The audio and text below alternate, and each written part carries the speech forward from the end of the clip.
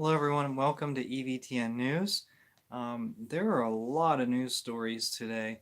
I didn't expect this week to be as crazy as it was with Catholic news, and something that that I don't even have linked here. I want to start out with George Neumeyer's work that he's been doing.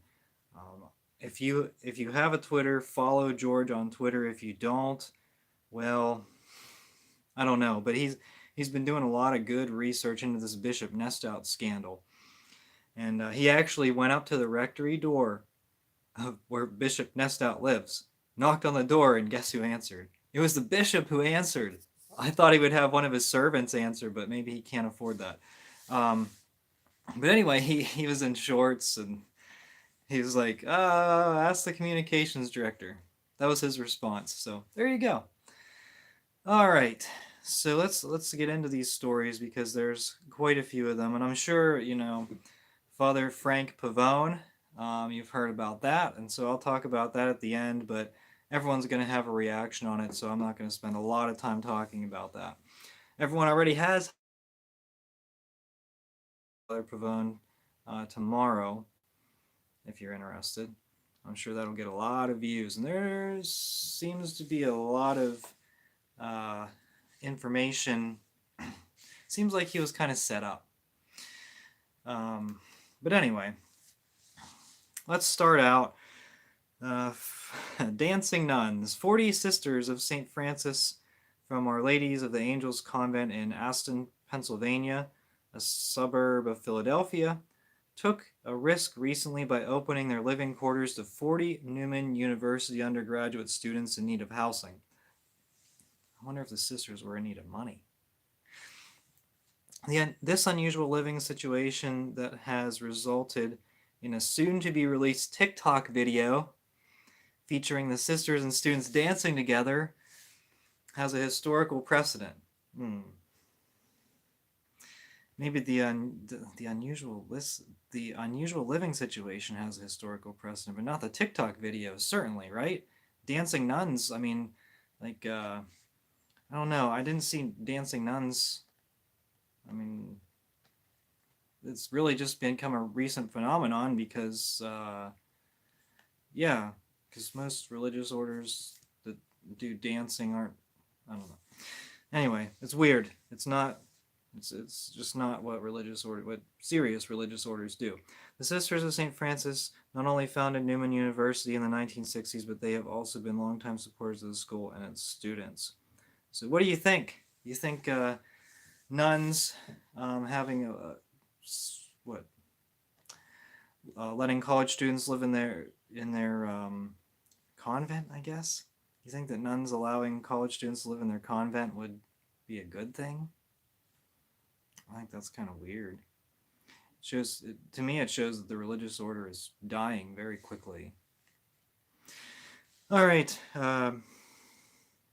Canadian Jesuit Cardinal Michael Zerny spoke at a December 2nd book launch at the John Paul II Institute for Family and Marriage for Thomas Halleck's The Afternoon of Christianity. It's a book. The Courage to Change. Oh, yeah. In his comments, Zerny called for a decentralized Christianity. What does that even mean? Monsignor Armando Mateo, appointed by Pope Francis in 2021 as adjunct undersecretary for the Dicastery for the Doctrine of Faith, said he agreed with Halleck in the central thesis of his book, namely that the age of Christianity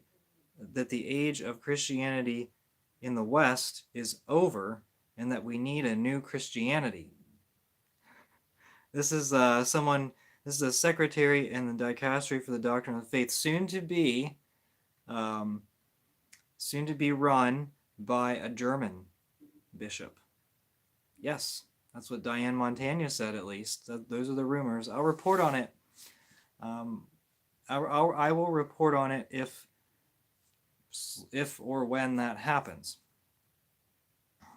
All right, so there was this notice in the bulletin. I saw Taylor Marshall did a 30-minute video on it, so I won't talk extensively about this, but there's a parish bulletin from the Diocese of San Bernardino, California. And they had a note in their bulletin that was titled, "For Receiving Communion." I'll read this to you. Listen until the end, because the end is like pretty unbelievable. They said, "We would like to remind you again that the recommended posture for receiving communion is standing." False. And you can receive the host on your tongue or in the hand. Well, if you want sacrilege. The norm for receiving Holy Communion in the dioceses of the USA is standing. False. This norm is repeated in the Diocese of San Bernardino. In the Diocese of... Well, okay, let me take a break. Maybe standing if you're a Byzantine. In the Diocese of San Bernardino, where it is a custom of the people to make the sign of the cross, this custom is not abrogated and may be used instead of a bow. Here at our parish of St. Kateri, because of the incidents that happened in the past caused by people kneeling down when receiving communion, we highly discouraged the receiving of communion while kneeling. This is for your safety and the safety of our ministers and the people around you, and also to protect the sanctity of the body and blood of Christ. The Church does not have communion rails or kneelers. Well, then install them to assist you when you get up, and so you will be responsible for any harm that will cause to your body or to the ministers and people around you if you will have an accident. If you would like to continue receiving communion kneeling down, we ask that you sign a waiver that releases our parish for any liability that may arise due to your action.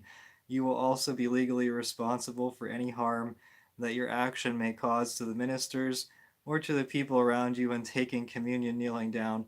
Thank you for your understanding. I'll sign a waiver out of that parish. Get out. Find a Latin mass. What do you think? Unbelievable. Is it really unbelievable, though? I mean, this is the Francis Church. All are welcome, except those who want to receive communion like their ancestors received it. The Bishop of Essen, Franz Joseph Overbeck, this is German bishop, of course. He's been in the EVTN news quite a bit. He has called for a separate legal status for animals and plants. The discussion about burden sharing and climate protection is about protecting human dignity. He said, "But here we also notice today that we humans are fellow creatures alongside the animals and plants that we have been using up to now. Animals and plants must therefore be given a different legal status whereby consumers can exert influence when they buy sustainably produced food." Again, this is the Francis Church. Animals and plants are welcome, but traditional Catholics are not. All right. Oh, Vatican scandal. There's many Vatican scandals, and all of this week. Archbishop Vincenzo Paglia diverted hundreds of thousands of euros allocated to support missionary and charitable works while he served as president of the Pontifical Council for the Family. Paglia used much of the money to finance building projects in Rome, including the renovation of his personal apartment, the pillar has learned. Yeah, so Archbishop Vincenzo Paglia, who works in the Vatican, used charitable funds to renovate his apartment.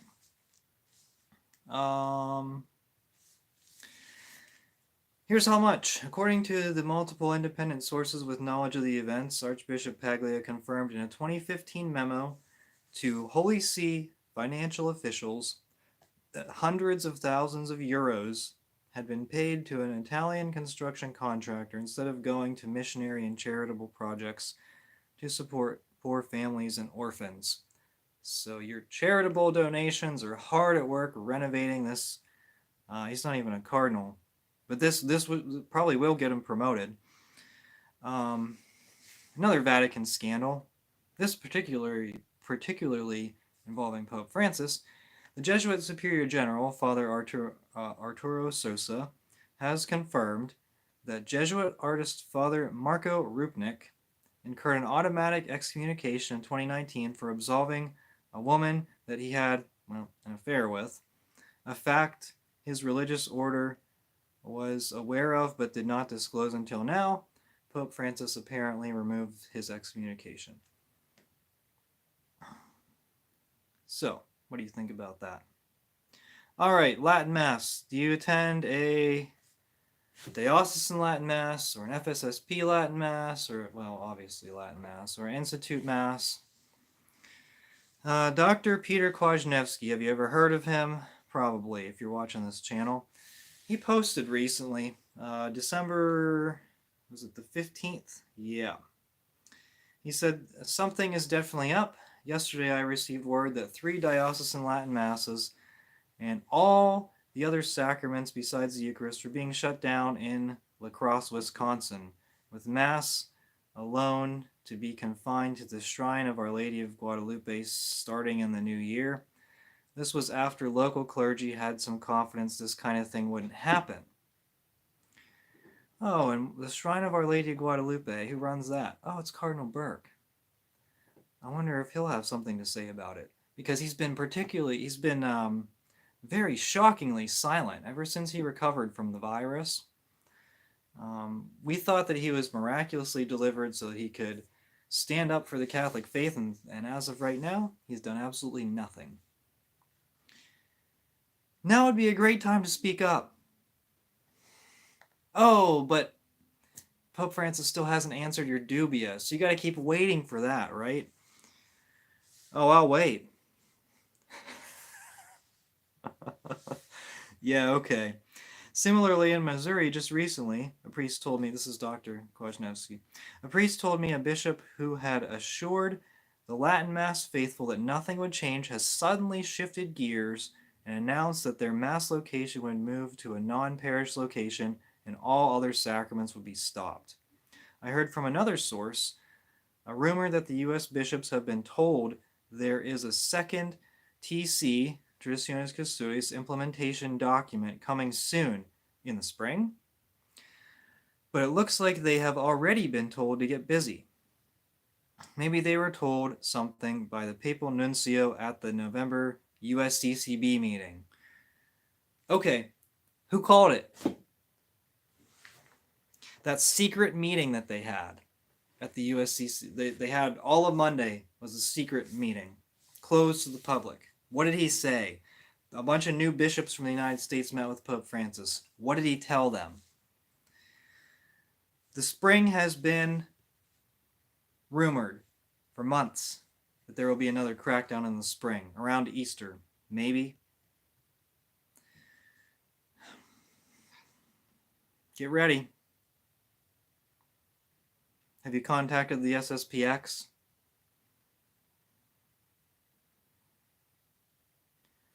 All right. This is a funny side note about Catholic Charities, and this is in Wisconsin. So bear with me here. This isn't long, but it has a little bit of legal terminology, so kind of hang in there. In Catholic Charities Bureau versus the State of Wisconsin Labor and Industry Review Commission, a Wisconsin State Appellate Court held that Catholic Charities and its sub-entities are not exempt from the Wisconsin Unemployment Compensation Act as organizations operated primarily for religious purposes, which means they have to pay taxes to the state of Wisconsin. Basically, they don't qualify as a religious organization. The court said in part, the activities of Catholic Charities and its sub-entities are the provision of charitable social services that are neither inherently or primarily religious activities. Ooh. Catholic Charities and its sub-entities do not operate to inculcate the Catholic faith. They are not engaged in teaching the Catholic religion, evangelizing, or participating in religious rituals or worship services with the social service participants. They do not require their employees, participants, or board members to be of the Catholic faith. Participants are not required to attend any religious training, orientation, or services. Their funding comes almost entirely from government contracts or private companies. I could have told you that many years ago. Um, not, and I did tell you that in this channel. Not from the Diocese of Superior, and they do not disseminate any religious material to participants. Nor do Catholic Charities and its sub-entities provide program participants with an education in the doctrine and discipline of the Church. Wow. Yeah, so their funding comes almost entirely from government contracts. I can tell you that Catholic Charities USA receives over $2.3 billion a year from government grants for immigration. Their primary purpose is immigration, not the Catholic faith, and this court in Wisconsin acknowledges that. So thank you. Thank you for and thank you and you're welcome, because I did this research and I could have told them that. All right. Now, the moment you've all been waiting for. Father Frank Pavone, a well-known pro-life activist and national director of the organization Priests for Life, has been dismissed from the clerical state for, quote, blasphemous communications on social media and, quote, persistent disobedience of the lawful instruction of his diocesan bishop. In a December 13th letter to U.S. bishops obtained by Catholic News Agency and confirmed by multiple sources as authentic, Archbishop Christoph Pierre, the Apostolic Nuncio to the United States, wrote that the prefect of the Dicastery for Clergy issued the decision on November 9th, adding there was no possibility of appeal. Now, I think Father Gerald Murray, he's a canon lawyer, and he said no possibility of appeal means that this came directly from Pope Francis. So a pro-life priest gets kicked out, and it's actually, people have said this is actually an abuse, because laicization, like what does that do? I mean, he's still a priest. He has his ordination. He just doesn't. He doesn't have permission to say mass. Oh well, whatever. I mean, he can still say mass. He's still a priest. Like that. Just because a priest is laicized doesn't mean he's not a priest. Now, this situation, it's an interesting situation. So, there is no clarification on the blasphemous communications, or so-called blasphemous communications on social media. There's no reasoning given for that. Persistent disobedience. So yeah, he kind of did his own thing. I mean, I'll say that. He really wasn't under a bishop. He now apparently, and you can watch Taylor Marshall's interview on Tuesday. This may come up, it probably will, but it seems as though Father Pavone's bishop in Texas gave him the option to quit, or he would start canonical proceedings. So he basically gave him a lose-lose situation. Sort of like Father Altman. Well, no, actually, he was treated even more unfairly than Father Altman, because Father Altman could have just stopped posting stuff on YouTube, and who knows if that would have resolved the situation or not. But apparently Father Pavone even asked his bishop to be assigned to a parish, and his bishop said no. Back in the day, several years ago. So we'll see what happens with this. We'll see what he has to say. Give him a chance to hear his side of the story, and see what you think. But yeah, I mean, he did kind of do his own thing, and that's, whatever. But then you look at, and people have pointed out, Father James Martin. Father James Martin,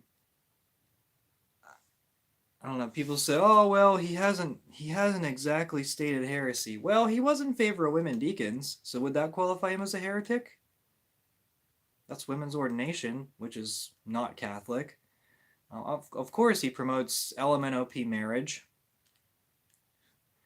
Does that make him a heretic? Because he's actively, promoting anti-Catholic ideas.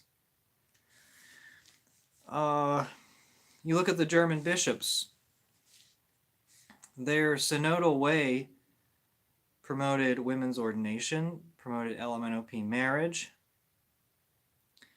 And you look at Cardinal Hollerich, I don't remember all the heresies that he said, but there were at least 4 that I counted. But yet, in the Francis Church, it's a sin to be pro-life.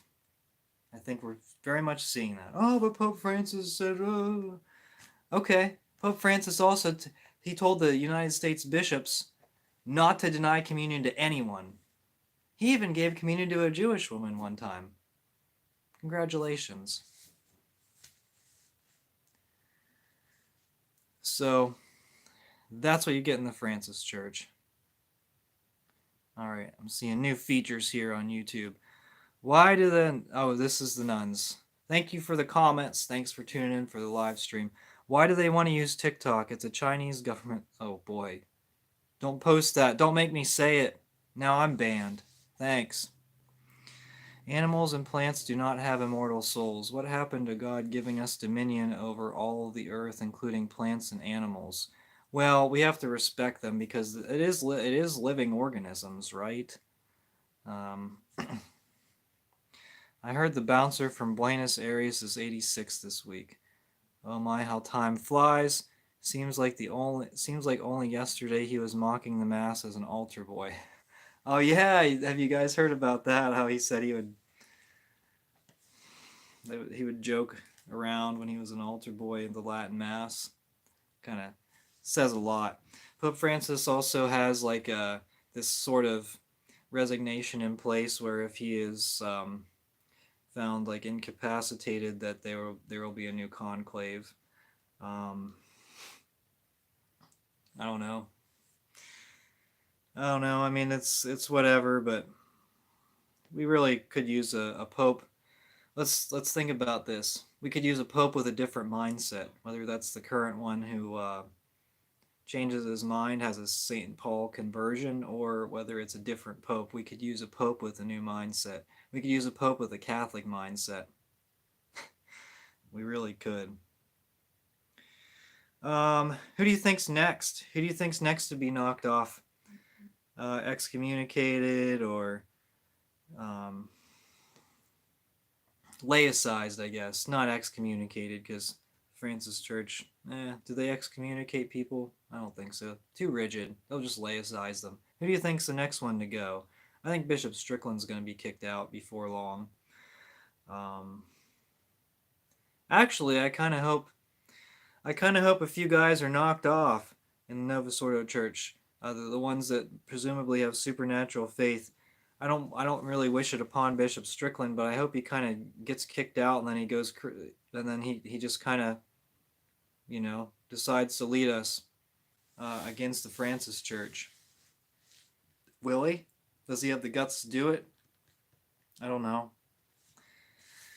Come on, Bishop, like that. Next holy priest, not sure, but you might be right about the better bishops. Kennedy Hall saying Strickland and Coeur de Leon are next. Coeur de Leon's not even like I wouldn't even call him super trad. I mean, he excommunicated Pelosi, but he's still on board with a lot of the Francis stuff. But that did really bring him down. A lot of bishops, I don't know, they seem to think he's some kind of fighter and some kind of super traditional, ultra traditionalist or whatever.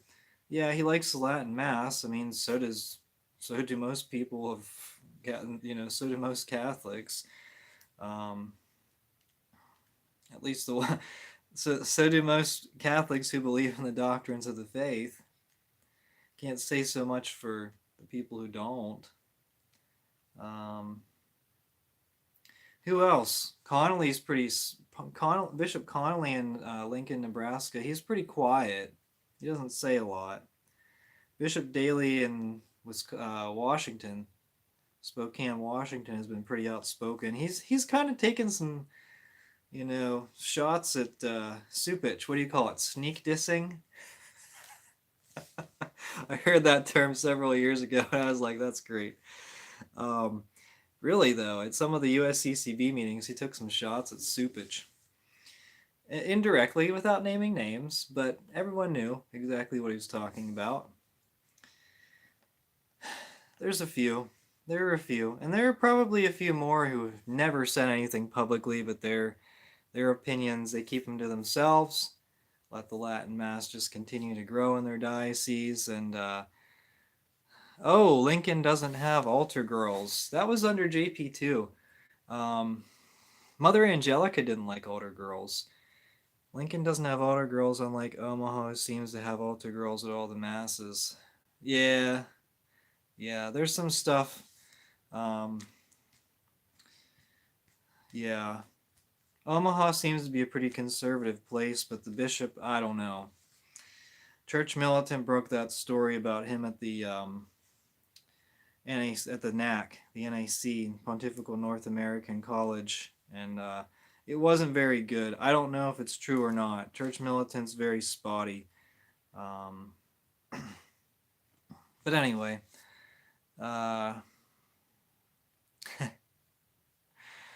okay. Anything else? No. All right. Follow George Newmeyer. That's all I got to, that's all I got to say about you. Not that from that liturgical abuse video you should have. Well, no, I think, so what I'm saying is Omaha seems like a conservative area. I mean, I know, and maybe I'm biased because I do know a few people from Omaha, and they're decent people, they're nice people. And so maybe I just get that impression because of them. I don't know. I haven't been there. I mean, I've been there once, and I spent like a day there, and that was it. So I don't know. Maybe I'm wrong, but I think I thought it was. I got the impression it was pretty conservative.